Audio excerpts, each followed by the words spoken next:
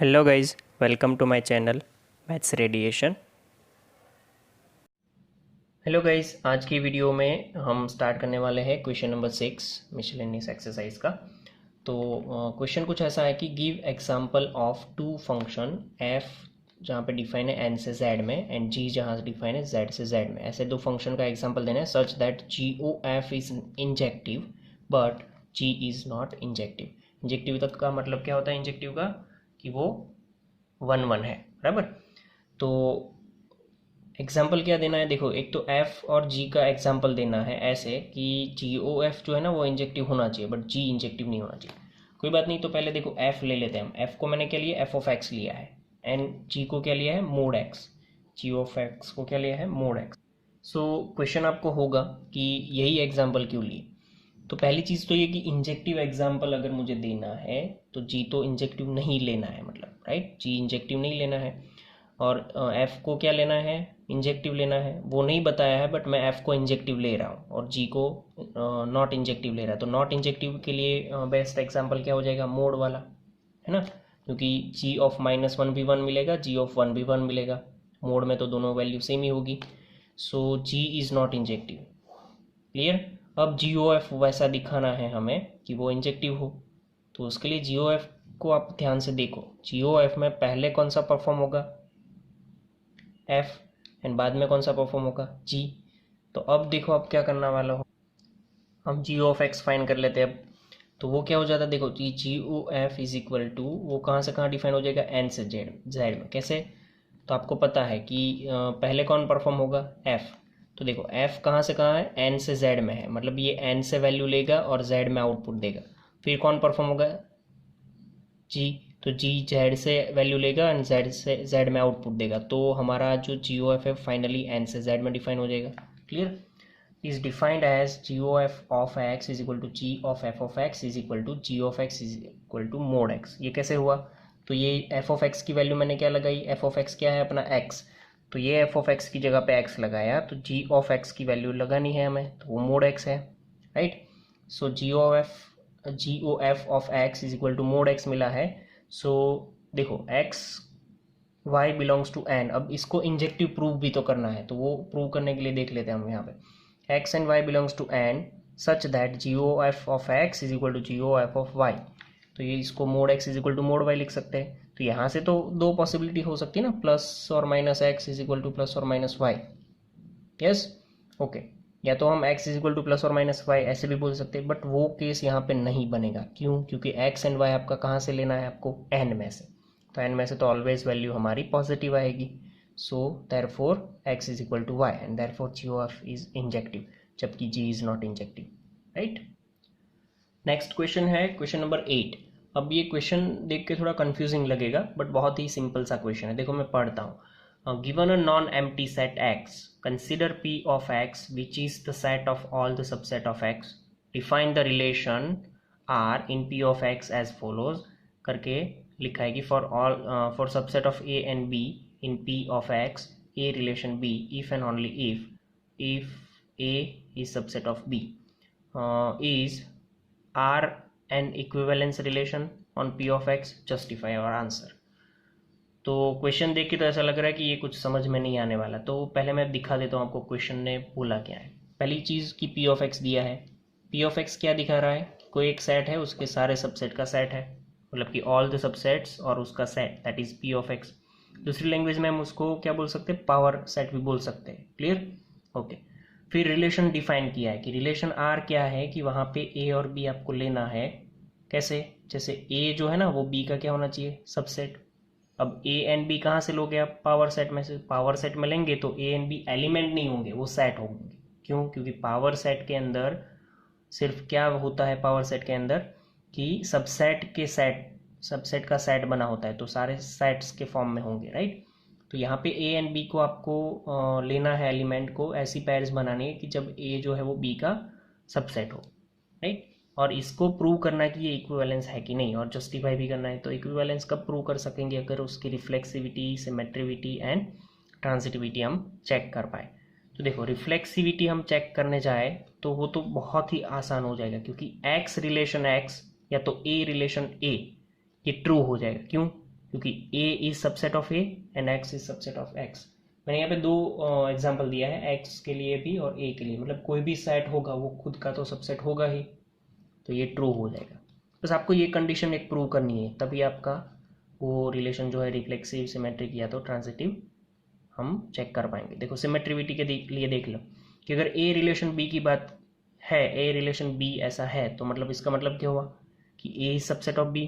Okay, फिर आप बोल रहे हो कि b रिलेशन a होना चाहिए, ये होना चाहिए, तो अगर ये होना है तो उसका मतलब है कि b is subset of a, है ना। तो ये कंडीशन तभी पॉसिबल है जब a is subset of b and b is subset of a। ये तभी पॉसिबल है जब a is equal to b हो। तो हर बार ये पॉसिबल नहीं है कि आप ने जैसे यहाँ पे ए लिया था वैसा ही यहाँ पे हो, ऐसा हर बार ज़रूरी नहीं है। कोई डिफरेंट सेट आया तो ये रिलेशन जो है, मतलब a is subset of b is not always equal to b is subset of a, so symmetric नहीं है, बराबर। ये रिफ्लेक्सिव है, सिमेट्रिक नहीं है। अब ट्रांजिटिव के लिए देखो, तो a relation b and b relation c है, तो दैट इम्प्लाइज कि a रिलेशन c होना चाहिए। a रिलेशन b क्या डिनोट करता है, a is subset of b। b relation c क्या डिनोट करता है, b is subset of c। तो अगर ये दोनों चीज़ हमारे पास है, डेटा गिवन है, तो हम लिख सकते हैं कि a is subset of c। Yes, लिख सकते हैं। तो ट्रांजिटिव है, मतलब कि रिफ्लेक्सिव है, ट्रांजिटिव है, बट सिमेट्रिक नहीं है, तो is not equivalence.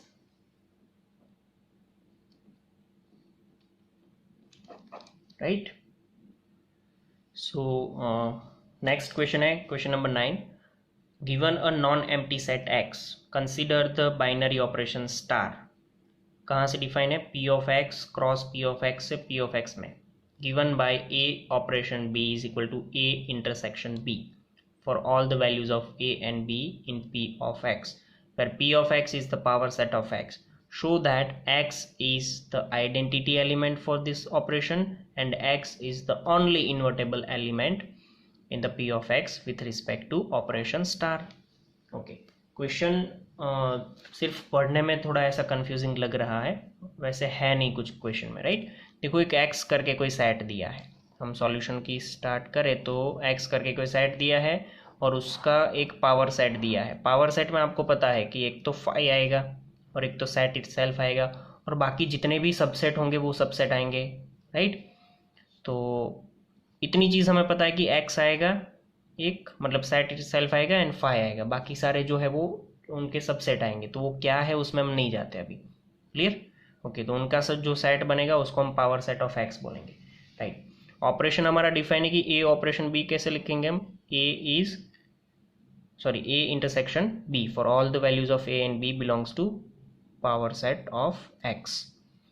So for the checking of, मतलब आपको पहले तो फाइंड करना है कि आइडेंटिटी x जो है वो इसका आइडेंटिटी एलिमेंट है, वो हमें ऑपरेशन के लिए फाइंड करना है। तो फॉर आइडेंटिटी, देखो आइडेंटिटी के लिए ये कंडीशन याद करो कि e star a is equal to a star e is equal to a। Clear.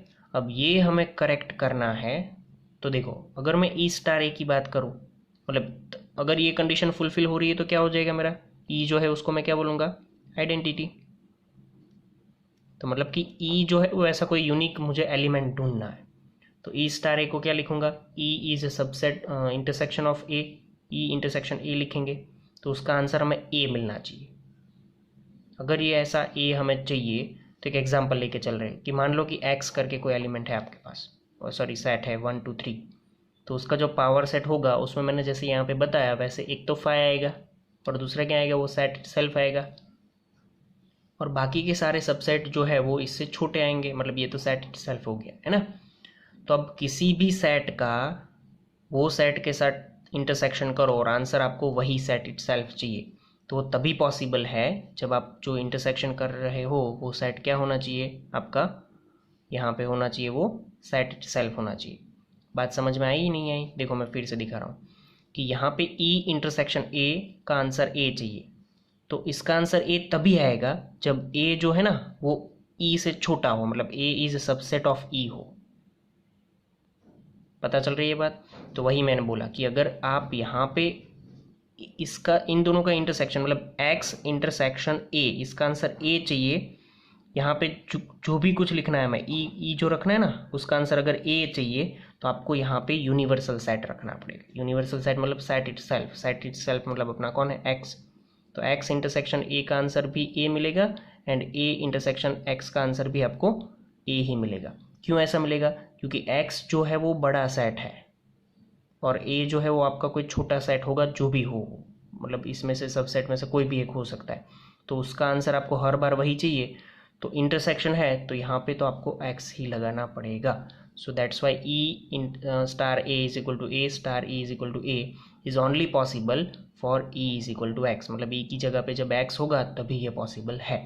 So X is the identity, right. For inverse element हम क्या लिखेंगे, क्या कंडीशन है हमारी कि A star B is equal to B star A is equal to E. मतलब ऐसे दो एलिमेंट हो कि जिसके बीच में ये ऑपरेशन होकर आपको आंसर आइडेंटिटी मिलता हो। तो हमारे पास यहाँ पे आइडेंटिटी कौन है, ई की जगह पे मैंने रिप्लेस कर दिया एक्स को।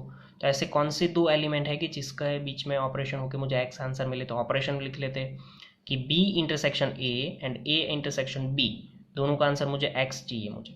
अब सोचो ज़रा ध्यान से, ये कब पॉसिबल है दोनों का आंसर एक्स?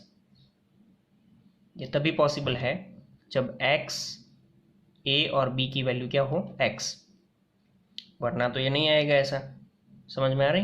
क्योंकि दोनों सेट सेम होंगे तभी तो आपको आंसर एक्स मिलने वाला है इंटरसेक्शन का। तो ये तभी पॉसिबल है, मतलब कि x is the only invertible element, x is the only invertible element in the given operation. ठीक है, so thank you guys. So guys, thank you.